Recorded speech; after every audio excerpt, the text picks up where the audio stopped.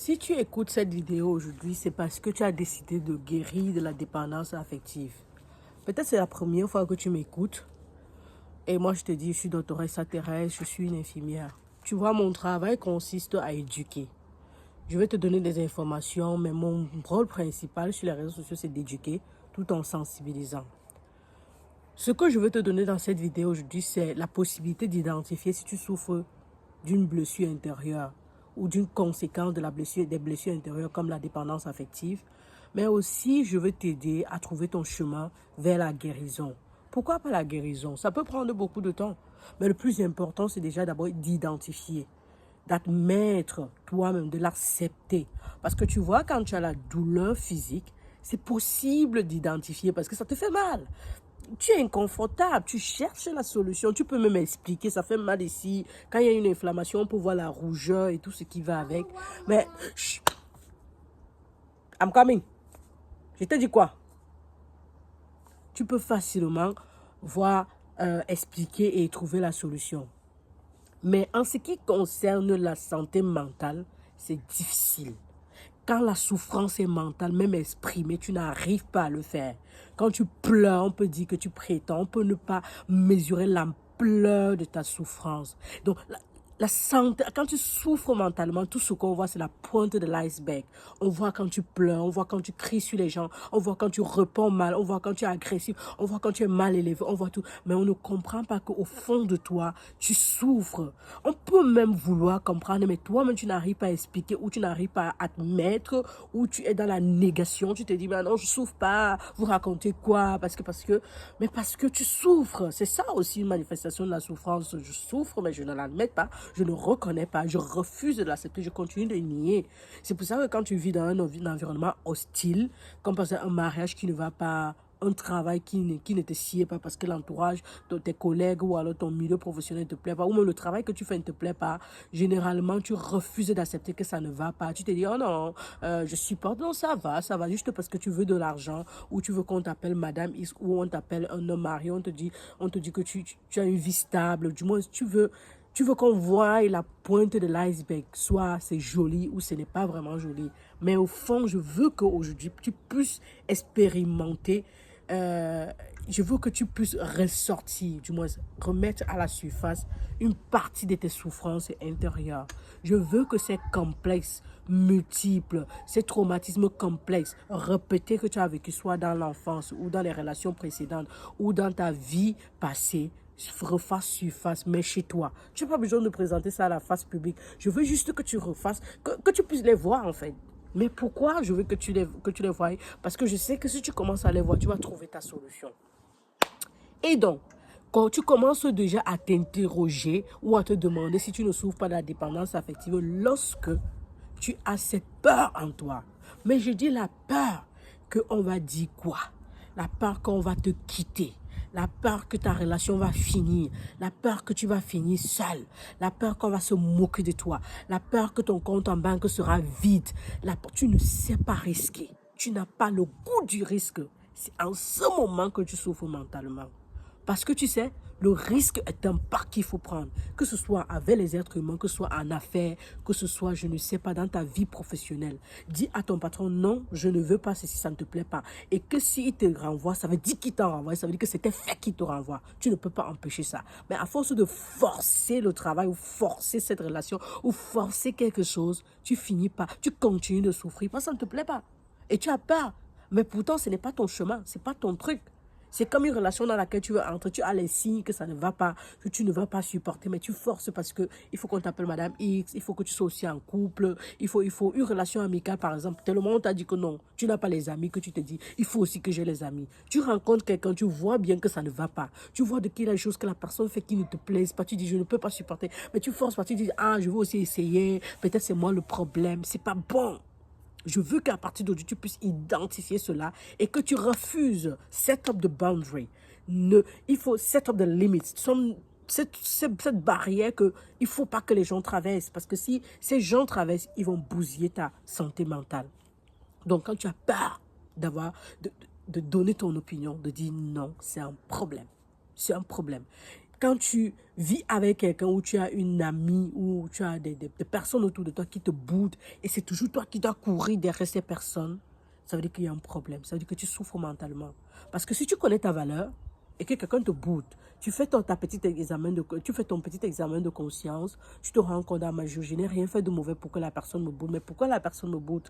Et si tu n'as pas la réponse à ça, tu restes tranquille. Quand la personne va finir de te bouder, la personne va revenir vers toi. Tu peux même avoir tort. Et tu te dis, bon, j'ai tort. La personne aurait dû réagir autrement. Alors je laisse la personne dans son coin. Quand elle va se calmer, elle va revenir vers moi. Ça, c'est comme ça qu'une personne qui ne souffre pas mentalement réagit. Mais une personne qui souffre va courir. Qu'est-ce que je t'ai fait? Tu me reproches de quoi? Oh, pourquoi tu me boudes? C'est ça. Et quand je parle de ça, je pense au cas de la dame sur Facebook, cette influenceuse Vanessa Cassiero. Excusez-moi si je prononce mal son nom, qui a fait une vidéo où elle pleurait, elle expliquait comment les hommes l'abandonnent, comment elle fait tout, mais l'homme ne l'apprécie pas, et il la boude, tout ça. J'étais choquée, j'étais meurtrie. Je vois une femme qui souffre, tu vois la remontée des blessures intérieures à la surface. C'est qu'elle exprimait, elle criait à l'aide, elle pleurait, elle disait c'est de sa faute, tout c'est de sa faute. Tu vois une femme qui souffre, elle a besoin d'aide. Mais les gens vont lui dire, ah, quitte cette relation, ça ne te va pas, concentre-toi sur tes enfants, fais ceci. Comme si en le disant, elle va le faire, elle ne va pas le faire. À ce stade de la maladie, de la souffrance mentale, la personne ne peut rien faire. Tu ne peux pas, tu peux lui dire quitte, la personne quitte. Non, la personne a besoin de plus. Identifier qu'elle souffre et qu'il y a une blessure en elle qui est ouverte et qu'il faut fermer. Ça, c'est la première étape que j'expliquais. La deuxième étape, c'est de se rendre compte de qui on est. Je vais commencer la deuxième étape par la prière. Théoriquement, c'est une autre étape. Mais je vais dire, si tu demandes la grâce de l'Esprit Saint à ton Dieu, je ne sais pas quel est le Dieu que tu pries, Seigneur, s'il te plaît, je suis ton enfant. Je ne suis pas digne d'être appelé ton enfant, mais je suis ton enfant. Je ne suis même pas digne d'être appelé ton enfant, malgré que tu m'as créé, mais j'ai besoin de ta miséricorde, s'il te plaît. Pardonne mes fautes. Voile ta face sur mes fautes, mes péchés. Envoie ton esprit. Tu répètes cette prière. Envoie ton esprit, au moins 5-10 fois par jour. Tu vas te rendre compte que les choses vont changer dans ta vie. Ce n'est pas qu'en le disant, la personne qui ne t'aimait pas là va commencer à t'aimer. Non. Tu vas commencer à te rendre compte de la beauté que tu es, de cette saveur que tu es, de ton importance, de ta valeur. Tu vas te rendre compte de tes erreurs, des choses que tu acceptais et que tu ne devrais pas. Tu vas ouvrir tes yeux sur beaucoup de choses. Et à force de répéter la prière, tu vas pouvoir identifier la priorité dans ta vie. Quand tu as les enfants, ce sont les enfants la priorité. Ton travail est la priorité. Ta personne, ta santé, ton bien-être, ton confort est la priorité. Et c'est en ce moment que tu vas te rendre compte. Et quand tu vas te rendre compte de ça et que tu vas prendre ça pour faire chemin avec, la personne qui est à côté de toi va commencer à t'aimer. Du moins, tu vas penser que la personne commence à t'aimer, mais non. La personne t'a sûrement toujours aimé, mais tu n'étais pas capable d'identifier parce que tu en demandais trop. Tu avais besoin de plus d'affection. Certainement parce qu'on t'a abandonné dans l'enfance. Ton papa t'a abandonné, surtout pour les filles, ou alors ta maman t'a beaucoup rejeté. On t'a laissé chez les oncles, chez les soeurs pour aller travailler parce que le travail était important, on cherchait ton avenir et que maintenant tu souffres. Mais le plus important, c'est que lorsque tu vas commencer à te rendre compte, tu vas pouvoir réparer les erreurs qu'on a commises sur toi. C'est-à-dire que si tes parents t'ont abandonné, que tu souffres aujourd'hui, tu ne veux pas abandonner tes enfants pour que demain aussi, ils souffrent doublement. Parce qu'avec l'arrivée de l'intelligence artificielle, les choses ne seront pas bonnes d'ici 10 ans. Hein. Là encore, on partait encore en mode manuel. Maintenant, ce sont les robots et tout. Donc, ce sera grave, et même mentalement. Donc, du coup, tu vas pouvoir résoudre. Ça, c'est la prière. Mais une autre étape, ce sont les exercices de respiration profonde. Il faut qu'en journée, tu te trouves 5 minutes de la journée, tu t'assois, tu fais les exercices de respiration profonde. Tu aspires profondément, tu expires. Don't come here, please. Go that way. Ok. Tu aspires profondément et tu expires dans un calme total, de façon relaxe. Couché sur le dos ou alors assise comme ça, seul, dans un parc, avec l'espace vert comme ça, avec l'espace comme ça, tu vois, la nature, le chant des oiseaux, tu te fais des exercices de respiration profonde. Au-delà de ça, tu peux faire la méditation consciente, dans laquelle il y a les exercices de méditation profonde. Tu t'assois, comme je l'ai dit, où tu es couché, de façon relaxe, dans la nature, dans ta chambre, avec un calme qui règne. Tu dois trouver ce temps. Et tu réalises qui tu es. Tu regardes ton parcours. Tu regardes tes habilités. Tu regardes ce que tu peux faire. Tu regardes ce que tu as réalisé jusqu'ici. Si tu as donné naissance, ça veut dire que tu es capable. Parce que ce n'est pas n'importe qui donne naissance. Ce n'est pas n'importe qui porte une grossesse à terme. Si c'est que tu as réalisé, tu as construit une maison, ça veut dire que tu es capable. Si c'est que tu as pu aimer, tu as pu accompagner quelqu'un à réaliser ses rêves. Un homme, par exemple, ou une femme, ça veut dire que tu es capable. Ça veut dire que c'est la personne ou les gens qui sont autour de toi qui ne sont pas capables d'apprécier ce que tu as. Et en ce moment, quand tu le fais plusieurs fois, si du moins tu le fais plusieurs fois, à un moment donné, tu vas ressentir comme s'il y a un fardeau. Maintenant que je suis en train de le faire avec vous, je me rends compte qu'il est comme si je suis libre. Il y a une liberté. Est-ce que tu penses que tu peux le faire avec moi? En attendant, tu bois aussi de l'eau. Hein? Parce que l'hydratation aussi favorise la santé mentale. D'accord? Donc, 2,5 litres d'eau par jour. Et l'eau tiède surtout. Ça relaxe les méninges. Quand tu as fait ces exercices avec moi là, ou même tu le fais quotidiennement, tu vas ressentir la différence. Une autre étape très grande à prendre, et je dirais dans le cas surtout des influenceurs et des personnalités publiques, ceux qui sont sur les réseaux sociaux, c'est de se détacher des réseaux sociaux, du moins pour une période. 5 à 6 mois, tu ne perds rien. Au contraire, tu apprends à mieux te connaître et quand tu reviens avec une énergie nouvelle. Tu te détaches des réseaux sociaux. Tu passes de 5 publications à 1 jusqu'à tu n'en fais même plus pour comprendre qui tu es. Mais une autre étape plus capitale, c'est de changer d'environnement. Tu changes de maison. C'est un pas de géant. Mais si tu arrives à le faire, tu vas voir la différence. Ne change pas seulement de maison, réduis le nombre d'amis et change des amis. C'est-à-dire que si tu avais 10 amis, viens parmi eux, tu identifies un que tu gardes auprès de toi. Si possible, réduis le contact un peu, sans pouvoir dire pourquoi tu réduis le contact, mais pour une période. Lorsque tu arrives à le faire, lorsque tu as franchi cette étape, ce que tu as pris, ce grand pas où alors tu as sauté de cette longueur-là, parce que c'est un saut en longueur en fait. Tu sautes, tu cherches à sauter le plus loin possible. Ça veut dire que tu redécouvres qui tu es. L'entourage n'est plus le même. Parmi eux, s'il y avait des personnes toxiques, ces personnes toxiques sont parties. S'il y avait des personnes qui te nourrissaient avec les mêmes conseils de tout le temps, non, tu as la possibilité de découvrir qui tu es.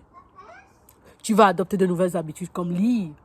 Tu vas lire des livres, tu vas lire la Bible, tu vas te concentrer à la musique, à écouter, à améliorer ton sommeil, à te concentrer seulement sur tes enfants. Les appels inutiles, tu n'en auras plus besoin. Mais je te dis que je suis en train de t'amener sur un chemin.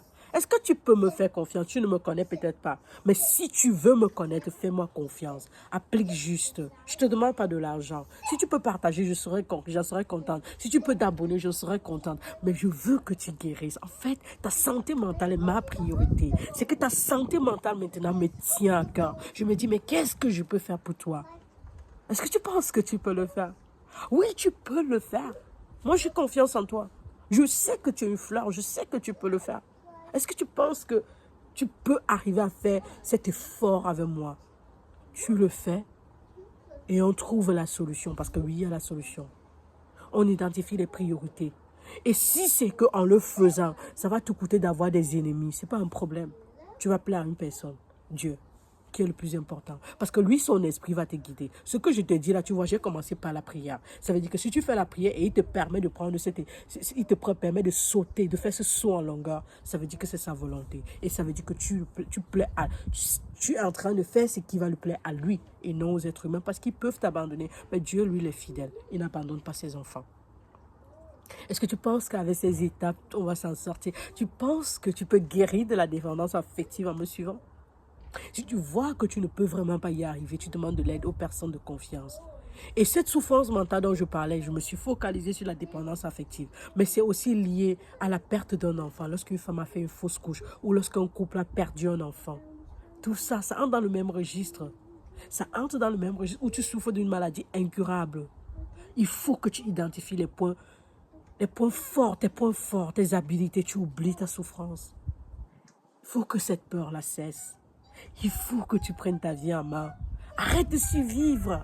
Il faut vivre. Arrête de survivre. Il faut que tu vives. Je veux que tu vives parce que tu survis. Est-ce que tu penses que tu peux faire ça avec moi? Si tu penses que tu peux le faire, alors tu t'hydrates bien. J'ai oublié. Ouh, 30 minutes de marche chaque jour.